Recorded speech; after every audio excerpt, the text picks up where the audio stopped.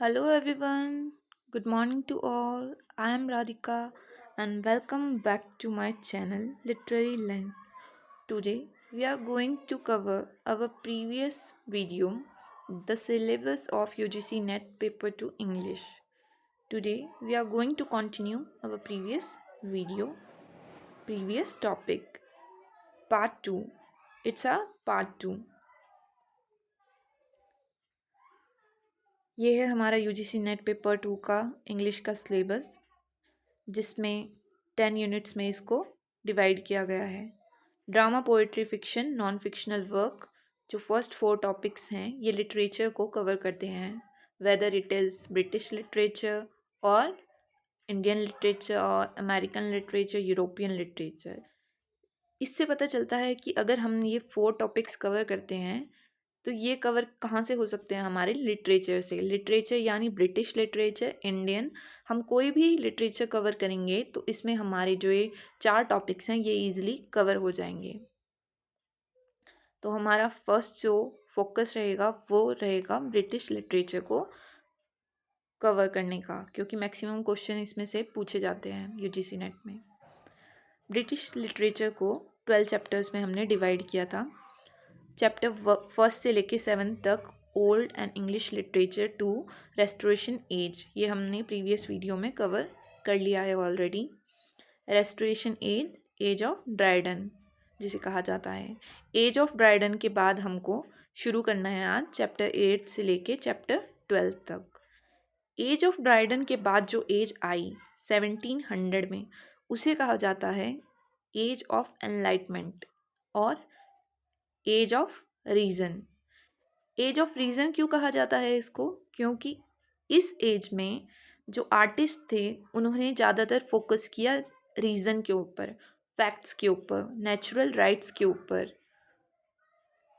Scientific approach के ऊपर, scientific resolution के ऊपर। क्वेश्चंस किया हर एक बात पे, वाई, हर एक चीज़ का रीज़न पूछा कि इसके पीछे रीज़न क्या है एंड इसका रिजल्ट क्या होगा। तब जाके उन्होंने क्या किया है, अपने आर्ट वर्क को, लिटरेरी आर्ट वर्क को प्रोड्यूस किया है। चैप्टर 8 एनलाइटमेंट एज, इसे हमने डिवाइड किया है 4 टॉपिक्स में, prose writer, dramatist, novelist and poets. Enlightenment age है क्या? It is also known as age of reason, क्योंकि ये फोकस किस पे करती है? ये करती है scientific method, secular thoughts, and ये वर्क करती है रीजंस के ऊपर। इसने एम्फेसाइज किया, इस एज के जो आर्टिस्ट थे उन्होंने एम्फेसाइज किया रीज़न एंड साइंस के ऊपर, फ्रीडम के ऊपर। लिटरेरी फॉर्म्स का जो है न्यू, इसमें क्या हुआ, न्यू लिटरेरी फॉर्म्स का राइज हुआ। आप स्क्रीनशॉट ले सकते हो। Prose writer Samuel Johnson, Jonathan Swift, Joseph Addison, these are some prose writer. Dramatist हैं इसमें Oliver Goldsmith and Richard Sheridan. Novelist हैं, पोइट्स हैं। इसमें जो बहुत ही इम्पॉर्टेंट हमारे पास टॉपिक है सैमुअल जॉनसन, जिनका फेमस वर्क है a dictionary of English literature 1755। Then हमारे पास पोइट हैं विलियम ब्लेक। इनका फेवरेट, जो मेरा फेवरेट है and one of his famous work, songs of innocence, songs of experience, the marriage of Helen heaven. Then आपके पास है अलेक्जेंडर पोप। इनका फेमस वर्क है the rape of lock and essay on criticism. Then हमारे पास है Robert Burns, जो बहुत ही फेमस पोइट हैं। इनका वर्क है अ रेड रेड रोज। स्क्रीनशॉट ले सकते हो आप। आने वाले वीडियोस में हम इन सभी टॉपिक से रूबरू होंगे, गो थ्रू होंगे। जस्ट हम इनको एक बारी एक दफ़ा देख रहे हैं कि ये किस इरा में आते हैं। देन हमारे पास नेक्स्ट चैप्टर है 9th chapter, romantic age. Romantic age क्या है? It's a reaction against the age of enlightenment. अब ये एक रिएक्शन है अगेंस्ट द एनलाइटमेंट एज, तो हम कह सकते हैं somehow somewhere it is a little bit opposite to enlightenment age, जहाँ एनलाइटमेंट एज पे फोकस किया जा रहा था, साइंस पे, रीज़न पे, फैक्ट पे, तो रोमांटिक एज में फोकस किया किस पे किया जाएगा? It emphasise on emotion, nature, imagination, supernatural and mystical elements, celebration of the common person, and artist freedom, innovation. ये कुछ poets, pros writer and novelist हैं, आप इनका स्क्रीनशॉट ले सकते हो फर्दर स्टडी करने के लिए। रोमांटिक एज के जो फेमस पोएट्स हैं, विलियम वर्ड्सवर्थ, जिन्हें नेचर का पोएट भी कहा जाता है, पोएट ऑफ नेचर। इनका फेमस वर्क है the prelude and Tintern Abbey. Then हमारे पास है जॉन किट्स, इनका फेमस वर्क है ode to nightingale and to autumn. S T Coleridge यानी सैमुअल टेलर कॉलराइड का फेमस वर्क है the rime of the ancient mariner and Kubla Khan. William Wordsworth and S T कॉलराइड का एक collective work आया था, collaborated work आया था, जो बहुत ही फेमस था, लिरिकल बैलेड्स 1798 में। फिर है हमारे पास लॉर्ड ब्रायन, चाइल्ड्स हॉरेल्स पिलग्रिमेज, ये इनका फेमस वर्क था। आई एम सॉरी, मेरी टंग स्लिप कर जाती है कई बार। Let us differentiate between romantic age and enlightenment as.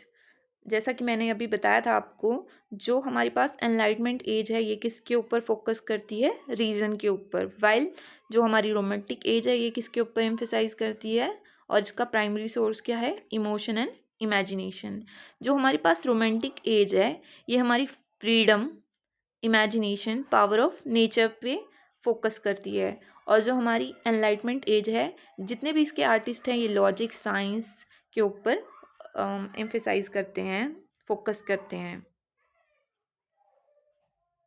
Clarity base होता है एनलाइटमेंट के टाइम का काम, कैसे? Clarity base. क्लैरिटी कहाँ होगी? जहाँ लॉजिकल रीजनिंग होगी, जहाँ लॉजिक क्लियर होंगे, फैक्ट्स क्लियर होंगे।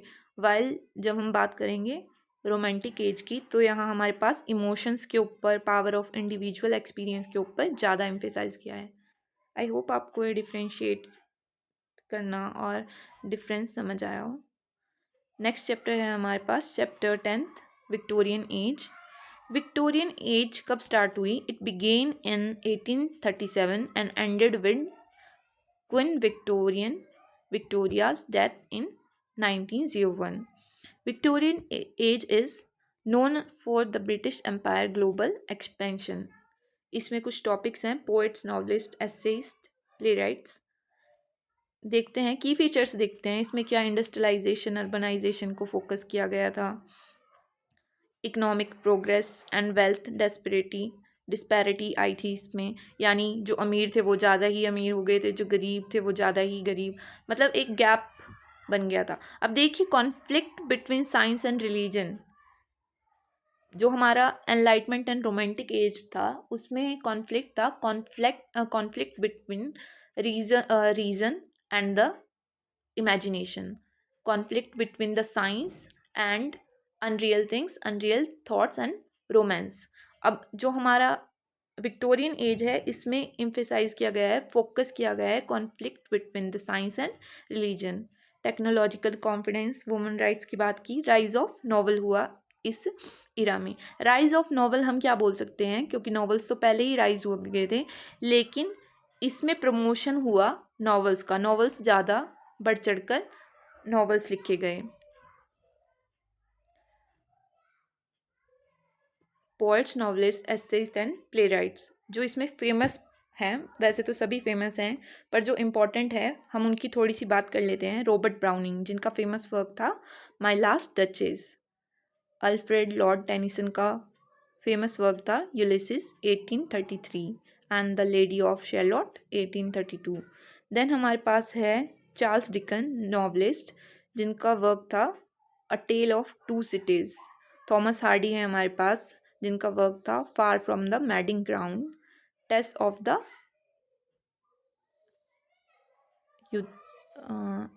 अबर विल्स।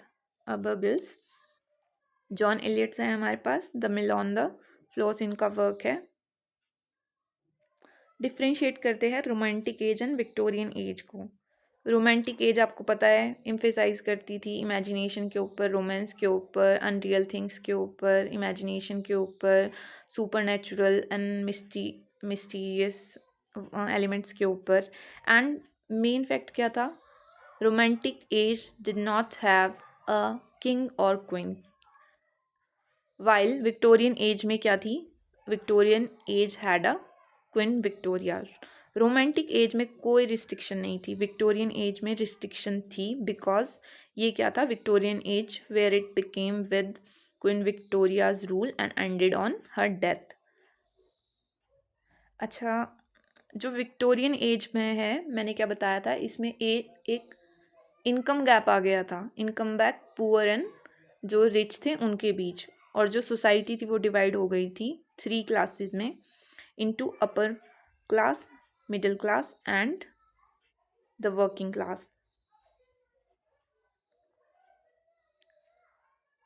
देन हमारे पास है चैप्टर 11 मॉडर्न एज, जिसमें टॉपिक्स डिवाइड किए गए हैं, 5 टॉपिक्स में डिवाइड किया गया है।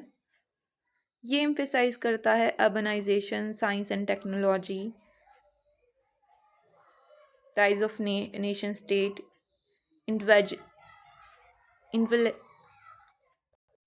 ग्लोबलाइजेशन।